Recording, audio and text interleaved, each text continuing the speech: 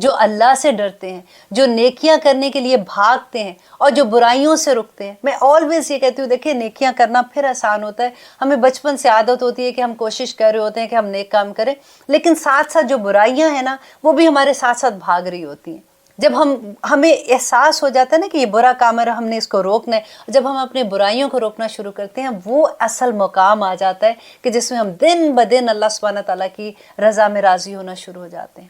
آپ دیکھ رہے ہیں قرآن میری زندگی، الحمدللہ ہم سورۃ ال عمران کی آیت نمبر 14 کر رہے تھے اور آلموسٹ اس کے آخر میں تھے کہ جس میں ہم نے یہ پڑھا تھا کہ اللہ سبحانہ تعالیٰ کہتے ہیں کہ دنیا کی محبت اللہ سبحانہ تعالیٰ نے ہی ہمارے دل میں ڈالی ہے، اور وہ سب چیزوں کی ایک لمبی لسٹ بتائی اور پھر اس کے ساتھ بتایا کہ دیکھو یہ محبتیں میں نے ہی ڈالی ہیں، لیکن اس سے کہیں بہتر ہے کہ جو لوگ تقوی اختیار کرتے ہیں، اللہ سبحانہ تعالیٰ کا ڈر ہوتا ہے ان کے دل میں، وہ نیکیوں کی طرف بھاگنے والے ہوتے ہیں، برائیوں سے بچنے والے ہوتے ہیں، ان لوگوں کے لیے اللہ سبحانہ تعالیٰ پہ بتا رہے ہیں کہ جنات ہے، ایک جنت نہیں ہے، جنات، وہاں پہ باغات ہیں ان کے لیے جن کے نیچے نہریں بہتی ہیں، اور پھر وہ خالدین فیہا، کہ ہمیشہ اس میں رہیں گے، وہاں ان کو ازواج مطہرہ، اور ان کو پاک نیک بیویاں ملیں گی۔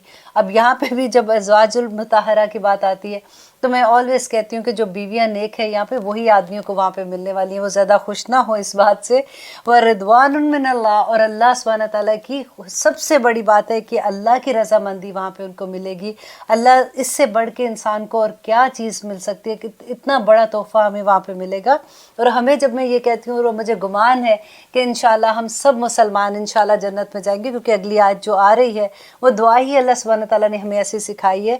اور آگے اللہ سبحانہ تعالیٰ کہہ رہے ہیں واللہ بصیر، بے شک اللہ دیکھ رہا ہے بالعباد، اپنے بندوں۔ دیکھیے کن بندوں کو اللہ دیکھ رہا ہے؟ جو تقویٰ کر رہے ہیں نا، جو اللہ سے ڈر رہے ہیں، جو نیکیوں کی طرف بھاگ رہے ہیں۔ تو اللہ سبحانہ تعالیٰ کہتے ہیں کہ اللہ سبحانہ تعالیٰ کسی کا عمل ضائع نہیں کرے گا، اللہ دیکھ رہا ہے کہ ان کے عمل کیسے۔ اب اگلی آیت ہے آیت نمبر انشاءاللہ 16 جو ہم کر رہے ہیں، اس میں اللہ سبحانہ تعالیٰ کہتے ہیں کہ الذین، جو لوگ یقولون کہتے ہیں ربنا، اے ہمارے رب، اننا، بے شک ہم، آمنا، ایمان لائے، فاغفر لنا، پس تو بخش دے، لنا، ہم کو، ذنوبنا، ہمارے گناہوں کو، وقنا، اور بچا لے ہمیں، عذاب النار، آگ کے عذاب سے۔ دیکھیے کتنی خوبصورت دعا ہے جو اللہ سبحانہ تعالیٰ نے ہمیں سکھائی ہے۔ یہ ضرور مانگا کریں کہ یا رب العالمین ہم ایمان لے آئے۔ ایمان کیا ہے؟ سب سے پہلے تو یہ بات ہے کہ ہم نے لا الہ الا اللہ محمد رسول اللہ پڑھا، اور آگے دیکھیے ہم نے یہ نہیں کہا اس دعا میں کہ یا رب العالمین ہم ایمان لے آئے، اس کے بعد ہم نے نیک کام کیے، ہم نے نمازیں پڑھی، ہم نے روزے رکھے، ہم نے یہ لسٹ اپنی پوری بتا کے یا اللہ ہم تو نیکی کرنے کی کوشش کریں، بس تو ہمیں بخش دے۔ نہیں، اللہ سبحانہ تعالیٰ نے اتنی خوبصورت یہ دعا سکھائی کہ یا اللہ بس ہم تو ایمان لے آئے ہیں نا، اس کے بعد فاغفر لنا ذنوبنا، تو ہمارے گناہوں کو بخش دینا یا اللہ اپنی رحمت سے، وقنا عذاب النار، اور ہمیں آگ کے عذاب سے بچا لینا یا رب العالمین۔ اور اب اللہ سبحانہ تعالیٰ کہہ رہے ہیں کہ وہ کون لوگ ہیں کہ جو متقی ہیں، ان میں کیا خوبیاں ایسی ہوتی ہیں کہ وہ متقی بن جاتے ہیں، ان میں کون سی ایسی چیزیں جو وہ جنات کے حقدار بن جاتے ہیں، وہ باغات کے مالک بن جاتے ہیں۔ تو یہاں پہ اللہ سبحانہ تعالیٰ کہتے ہیں آیت نمبر 17 میں، الصابرین، اور سب صبر کرنے والے۔ کون لوگ؟ جو صبر کرنے والے۔ دیکھیے کہ اللہ سبحانہ تعالیٰ قرآن میں صبر والوں کی کوئی چھوٹی بات نہیں بتاتے، کہتے ہیں اللہ مع الصابرین، کہ اللہ صبر کرنے والوں کے ساتھ ہو جاتا ہے نا۔ جب انسان کبھی غم میں ہوتا ہے، پریشانی میں ہوتا ہے، تو سم ٹائم یہ لگتا ہے کہ یا اللہ اور کتنا سہوں گی، اب تو یہ میری چیز ٹھیک کر دے۔ اب میں آیت نمبر آپ کو سورۃ فرقان کی آیت نمبر 20 میں اللہ سبحانہ تعالیٰ کہتے ہیں وَجَعَلْنَا بَيْنَكُمْ وَجَعَلْنَا بَعْضُكُمْ لِبَعْضٍ فِتْنَةً، بے شک ہم نے ایک دوسرے کے لیے تمہیں فتنہ بنا دیا۔ دیکھیے وہ اللہ جو اس نے ہمیں پیدا کیا وہی ہمیں بتا رہے ہیں نا کہ بے شک۔ اور آپ کو یاد ہے ہم نے آدم اور حوا کا جب قصہ پڑھا تھا سورۃ بقرہ کے شروع میں، اس میں کیا تھا کہ جب آدم اور حوا نے جنت میں پھل کھا لیا تھا، اس کے بعد شیطان کے بہکاوے میں آ گئے تھے، اور اللہ سبحانہ تعالیٰ نے کہا اب دنیا میں اتر جاؤ، تو کیا کہا تھا؟ اب تم دنیا میں چلے جاؤ، تم سب ایک دوسرے کے دشمن ہو۔ وہاں پہ دشمن کا لفظ استعمال ہوا تھا، یہاں پہ فتنہ کا لفظ استعمال ہوا ہے۔ یہاں پہ فتنے کا مطلب ہوتا ہے آزمائش ہے ہمیں ایک دوسرے کے لیے۔ اور آگے اللہ سبحانہ تعالیٰ اتنی خوبصورتی سے کہتے ہیں تصبرون، کیا تم صبر کرو گے اس پہ؟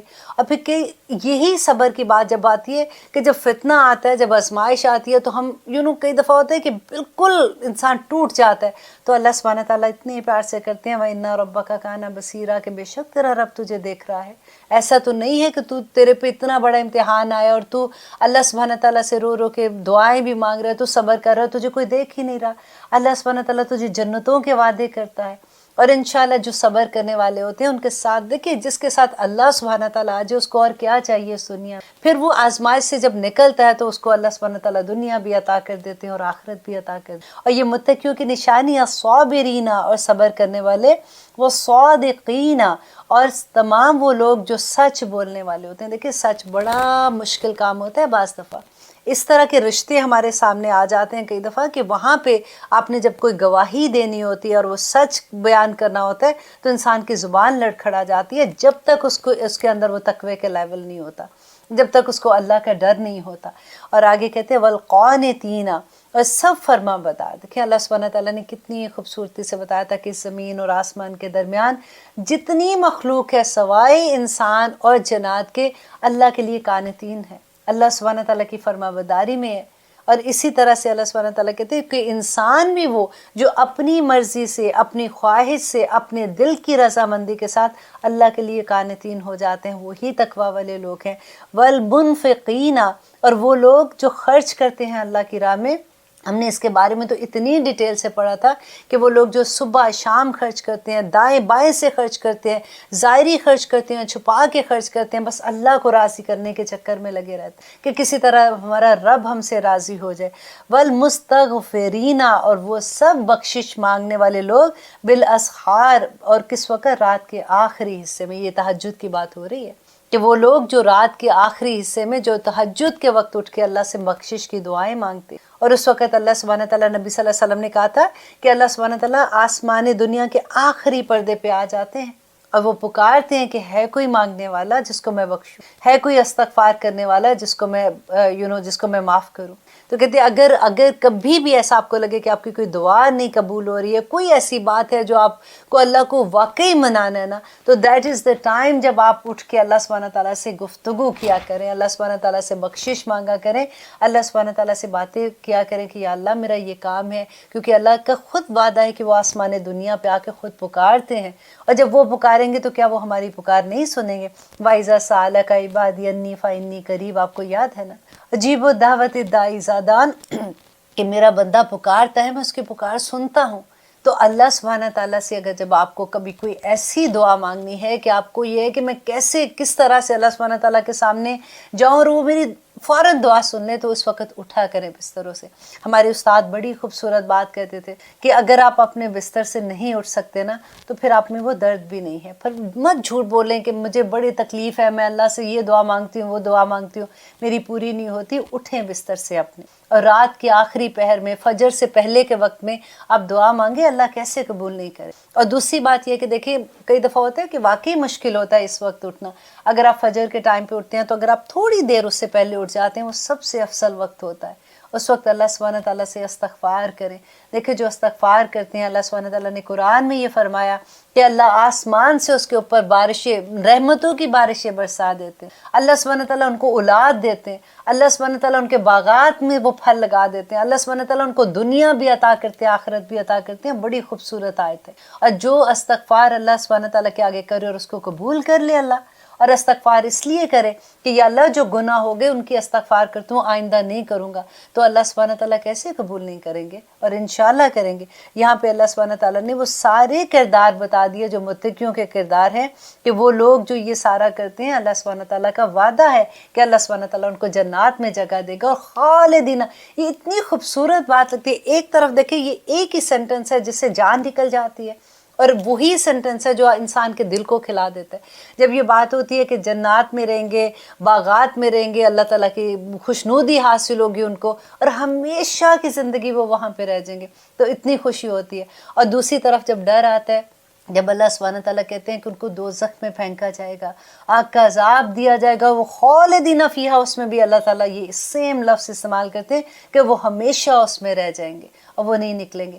آپ کو پتہ ہے مسلمان کے لیے بھی اللہ سبحانہ تعالیٰ جو کلمہ گو ہے نا، وہ قرآن آخر میں وہ دوزخ سے بھی نکل جائیں گے انشاءاللہ، لیکن صرف وہ لوگ جنہوں نے شرک کیا ہوگا نا، ان کی کوئی معافی نہیں ہو۔ بس اللہ سبحانہ تعالیٰ سے دعا ہے کہ ہمیں قرآن کو سمجھنے والا بنا دے۔ ہم قرآن کو صرف ایسے ہی بس کہ ہم نے 4 سپارے ختم کر لیے، قرآن ختم کر لیے تو ہم نے 5 قرآن ختم کر لیے، ہم وہ والے لوگ نہ بن کے رہ جائیں، ہم قرآن کا حق ادا کرنے والے بن جائیں نا۔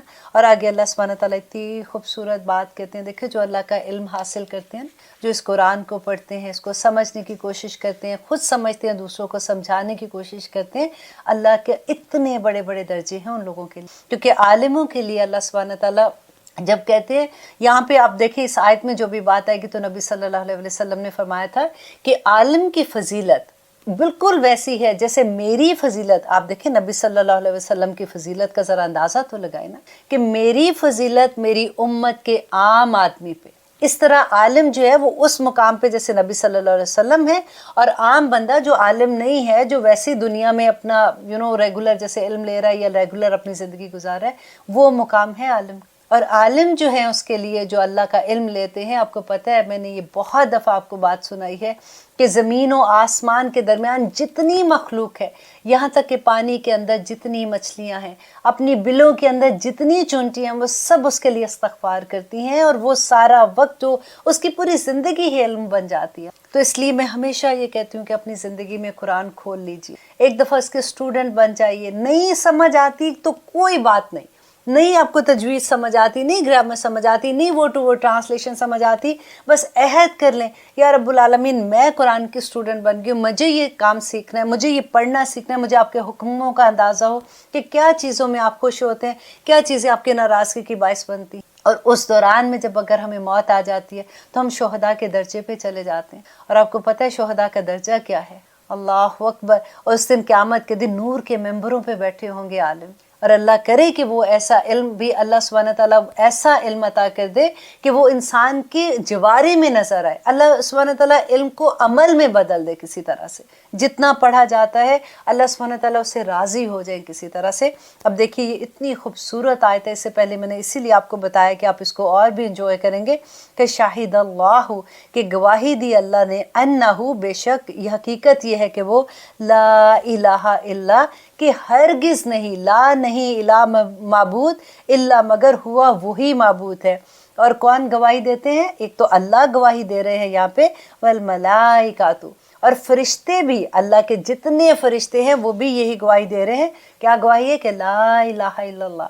اور اس کے بعد اللہ سبحانہ تعالیٰ کہتے ہیں وَأُولُو الْعِلْمِ، اور اہل علم بھی یہی گواہی دیتے ہیں۔ آپ دیکھیے کہاں اللہ کی گواہی اور کہاں فرشتوں کی گواہی اس کے بعد، اور کہاں اللہ سبحانہ تعالیٰ اولِ العلم، علم والوں کو اپنے ساتھ ملا رہے ہیں کہ یہ بھی یہی گواہی دیں گے، کیونکہ وہ قرآن پڑھنے پڑھانے والے، وہ سیکھنے سکھانے والے ہیں نا، تو وہ بھی یہی گواہی دیتے ہیں کہ لا الہ الا اللہ، وہ قائماً بالقسط، اس حال میں کہ وہ قائم ہے انصاف پر، لا الہ الا ہو۔ پھر وہی بات آ گئی کہ نہیں ہے کوئی معبود سوائے اس کے، اور وہ کون ہے؟ کہ العزیز، وہ بہت غالب ہے، الحکیم، اور وہ بڑی حکمتوں والا ہے۔ دیکھیے اللہ سے زیادہ حکمت کس کو پتہ ہوگی؟ اس کا ہر فیصلہ حکمت پہ ہوتا ہے۔ ہم کئی دفعہ گھبرا جاتے ہیں نا، کوئی دعا مانگتے ہیں کہ اللہ ابھی اتنی دیر سے دعا مانگ رہے ہیں، یہ چیز ہماری پوری نہیں ہو رہی۔ دعا یہی ہوتی ہے کہ ہر خواہش پہ دم نکلے والی بات ہو جاتی ہے کہ جو چیز ہمیں نہیں ملتی وہ دعا میں ڈھل جاتی ہے۔ اور جب ہم دعائیں مانگتے ہیں تو اللہ سبحانہ تعالیٰ تو حکیم ہے نا، اس کو پتہ ہوتا ہے کہ یہ بندے کو اگر میں نے یہ چیز دے دی تو یہ تو پھٹ ہی جائے گا نا، تو اس لیے اللہ سبحانہ تعالیٰ اس بندے کو اسی لیول پہ بھی رکھتے ہیں۔ کئی دفعہ وہ نوازتے ہیں اتنا اور اس سے آزماتے ہیں، کبھی وہ لے کے آزماتے ہیں، کبھی وہ دے کے آزماتے ہیں۔ اور اللہ تو حکیم ہے، حکمت والے ہیں نا، ان کو سب پتہ ہے کہ کون سی چیز کس جگہ پہ کس وقت ہونی ضروری ہے۔ اور اللہ سے دعا کرتے ہیں کہ اللہ سبحانہ تعالیٰ ہمیں قرآن کو سمجھنے والا، اس پہ عمل کرنے والا بنا دے، آمین ثم آمین۔ انشاءاللہ اس سے اگلی آیت اتنی خوبصورت آیت ہے، اگلی بھی آپ تھوڑا سا تیاری خود بھی کر کے آئیے گا، انشاءاللہ اگلے پروگرام میں ان الدین عند اللہ الاسلام، کہ اللہ کے نزدیک جو دین ہے نا، جو اللہ کو پسند ہے، وہ اسلام ہے. اس کے بارے میں انشاءاللہ ہم اگلے پروگرام میں ڈیٹیل سے بات کریں گے. اور بڑے نصیب والے ہم لوگ ہیں کہ اللہ سبحانہ تعالیٰ نے ہمیں دین اسلام دیا، ہمیں اس کی سمجھ عطا کی، اور ہم کلمہ گو ہیں، ہم نبی صلی اللہ علیہ وسلم کی امت سے. ہم نے کیا خاص ایسی بات کی ہے؟ ہم بھی ویسے ہی دنیا کے دوسرے لوگوں کی طرح ہے، لیکن الحمدللہ اللہ نے مسلمان گھر میں پیدا کر دیا، اور پھر اللہ سبحانہ تعالیٰ کے محبوب بندوں میں شامل ہو جائیں گے انشاءاللہ تعالیٰ. اور اگلے انشاءاللہ پروگرام کا انتظار کیجیے گا. بہت خوبصورت آیات آ رہی ہیں سورۃ آل عمران کا، ایک ایک جیسے ہم سورۃ بقرہ، کیونکہ اب ہم گریجویٹ ہو گئے، ایک سورت پڑھ لی ہے، تھوڑی سی اگلی سورت میں اور آسانی ہونا شروع ہو گئی، اللہ سبحانہ تعالیٰ کے پیغام اور اچھے سے سمجھ آنے شروع ہو گئے، اور آسانیاں ہونی شروع ہو گئی. بس دعا کیجئے کہ اللہ سبحانہ تعالیٰ اس قرآن کو ہمارے لیے آسان کر دے، ہماری اس کو سمجھ میں اور ہماری عمل میں آسانی کر دے. آمین ثم آمین. انشاءاللہ اگلے پروگرام تک کے لیے اجازت دیجیے. السلام علیکم ورحمۃ اللہ وبرکاتہ.